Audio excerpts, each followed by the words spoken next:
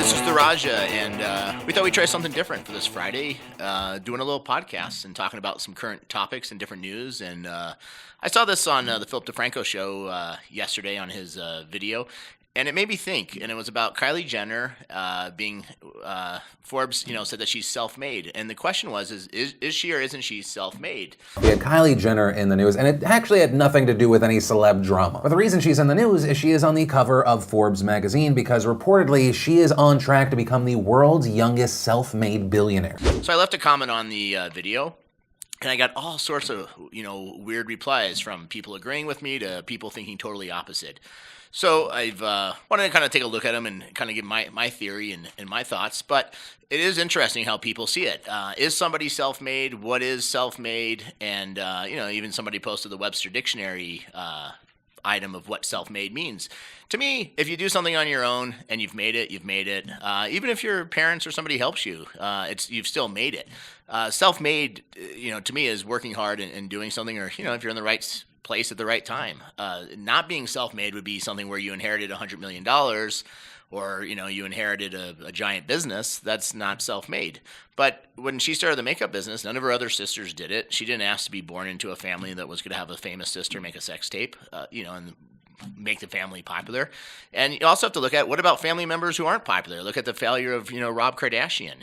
Look at, other family members in the family that aren't as successful. Why aren't they self-made? And, so I was just, curious in the comments below. Let me know what you guys think about being self-made or not self-made. Like I said, if you work hard, your parents didn't hand it to you. Obviously it helps that you have a TV show or that you have some different stuff, but what if she decided to make a candy bar and it didn't take off? Or what, there's a lot of people on YouTube now. Are they self-made because they had a successful YouTube channel that didn't make any money, but then out of nowhere, they come up with a product and it sells? Well, she had a TV show. She wasn't, she didn't ask to be on a TV show. She was born into that business or being on a show.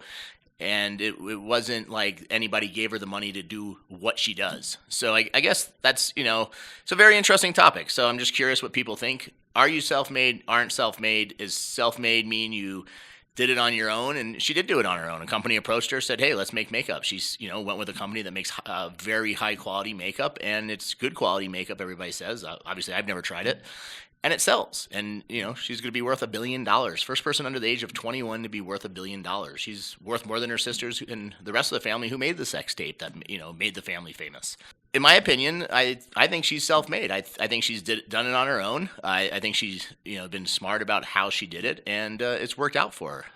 I don't know why so many people are hating. To me, anybody under the age of 21 who can become a billionaire on their own, or even if their parents did help them in the system a little bit, I don't think that you should take that away from them. What if she was famous or wasn't famous and her products sold really well? What if she was just another person on YouTube that nobody ever heard of until, she became popular, a video went viral, and then sold makeup? Then what would people be saying if she was going to become a billionaire? Outside of haters and jealousy, that's, what I think it is. But like I said, let me know what you're thinking. It was a very interesting topic. When I saw it, and, like I said, I'll read some of the comments here. So, some of the people said, one person replied to my comments, the Big Jackpot: if you come from a famous family and use their name and money to launch your products, then you aren't self-made. If you distance yourself from their name, join the working class, start a company or invention from scratch with your own money, then call yourself self-made. She doesn't know how to make makeup or a quality product. She says people do all the work and has the name to sell. She has way more than just help. I'll give her credit for running a business and being a billionaire, but she's far from self-made. You can't just say it's not her fault, that it comes from wealth, therefore she's self-made. There are ways, as I mentioned, and actually be self-made if you come from wealth and fame. So, like I said, here's a perfect example. Being self-made or being a billionaire, millionaire, whatever you become, it's a lot of times it's being in the right place at the right time. And, more power to her. If you can run a $1 billion business with only a few employees and outsource it all, why not? Why do you want to have 200, 300 employees to run $1 billion a year business and manage them? So Interesting reply. Another one says, the Big Jackpot, her makeup line is amazing. I'm not a fan of the whole reality TV thing. I don't watch or follow her. I really don't care about her. But with that being said, she makes excellent products and the market was desperate for. She saw an opportunity and took it. She used her head start in life to make something good rather than just using her name to sell garbage, and I really appreciate that. Props. Perfect example. Some people, so what about people who don't know who she was, who just heard how good her makeup was and wanted to get it? Not everybody watches reality TV. I'm sure a lot of people have heard of the Kardashians, but not everybody has. And she also doesn't use the Kardashian name. She uses the Jenner name. So,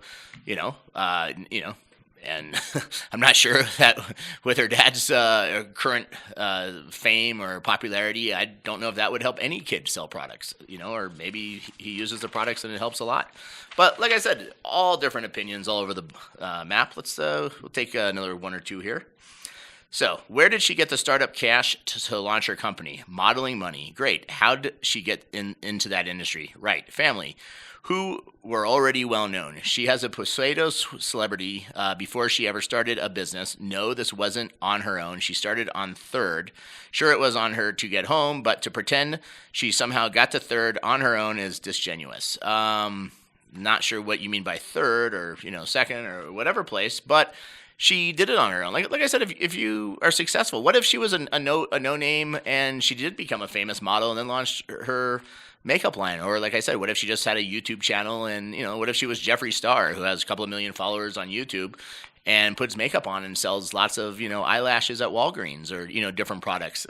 Is it self-made? Is it where to me, like I said, unless your family hands you the money, you're self-made. If her sister said, go start a makeup business, here's $25 million, that is, it's still very hard work and a very great success story, but I wouldn't call that self-made because somebody gave her, some of the money and, definitely had an easier start than if she had to go borrow $1,000, on a credit card and bought some makeup and sold it and then bought more.